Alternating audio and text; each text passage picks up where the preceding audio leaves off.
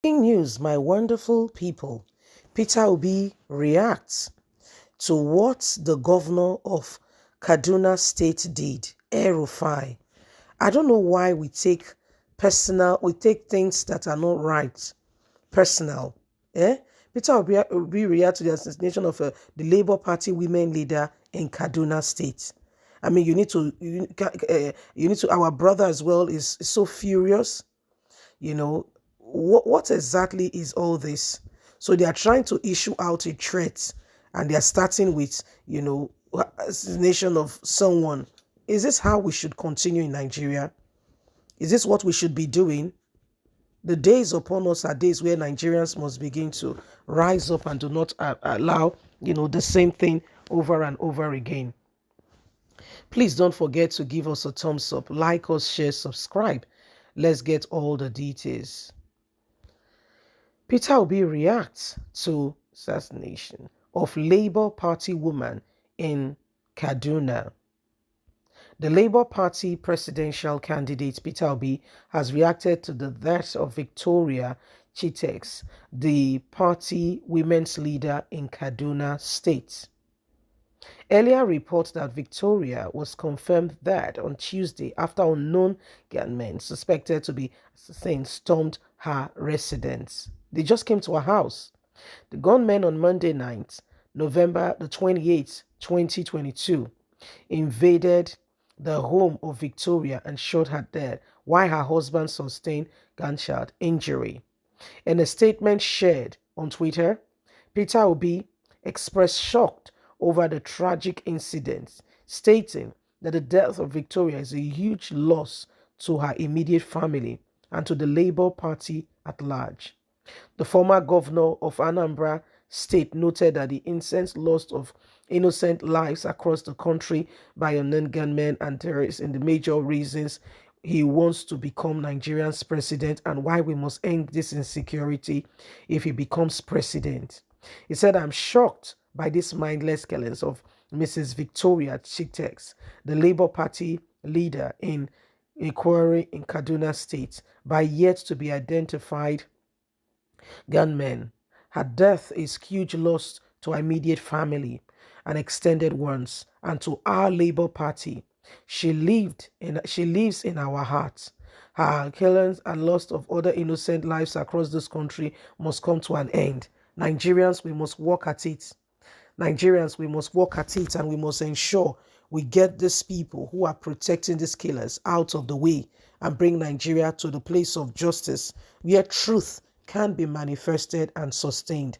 We cannot continue to have people who do not have an iota of concern for this nation to be in prominent position so that Nigeria can experience a better day. So it is important that we get this country right back on track in her very own home. In her very own home. If this is not tragic enough, I don't know what else is.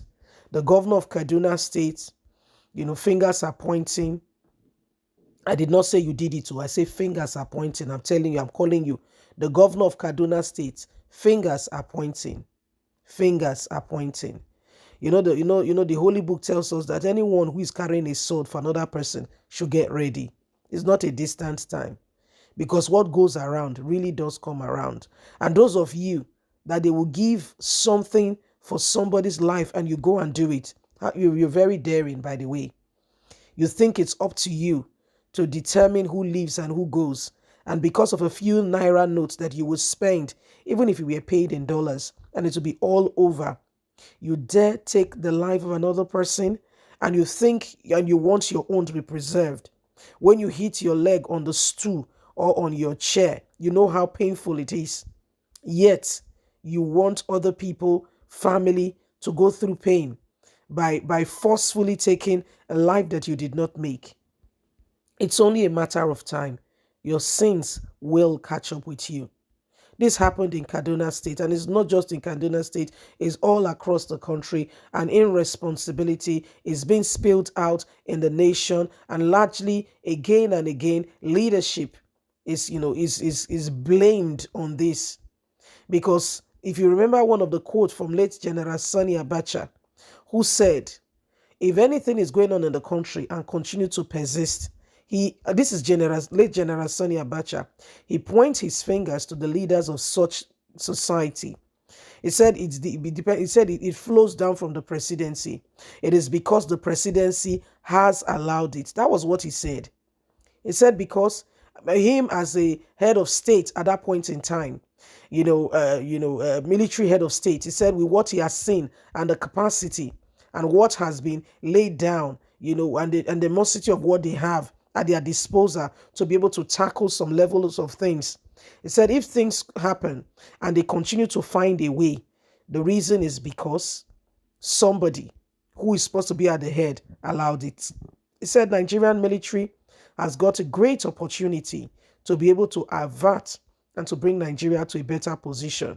So those of you who are issuing out threats or whatever you think you are doing, you want to scare people by taking away somebody's life. Oh dear. Yeah, you will reap whatever you sow.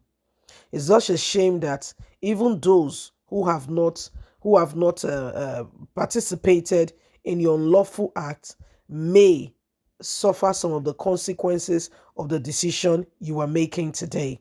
So Nigerians, right about now, it is a time for emphasis for truth, not a time to pretend that we are not aware of the things that are going on, but that we truly understand, okay, the things that are happening, and we want this country, we want the change, because the change depends on every one of us, and we truly want this country as a better nation for every one of us. Remember, it's up to you and I. It's really up to you and I to ensure that change comes on board. Whatever happens, Nigeria will become a better nation for every one of us. Nigeria will become a better nation for every one of us if we all truly fight this to the end and get this evil out of the way. Other than that, it's going to affect us all adversely. What are we doing? And why do we allow such things to continue?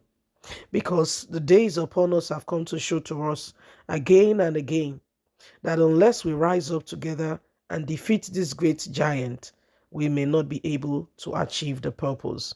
God bless. Have a fantastic and a lovely day from us. It's bye for now. Bye-bye.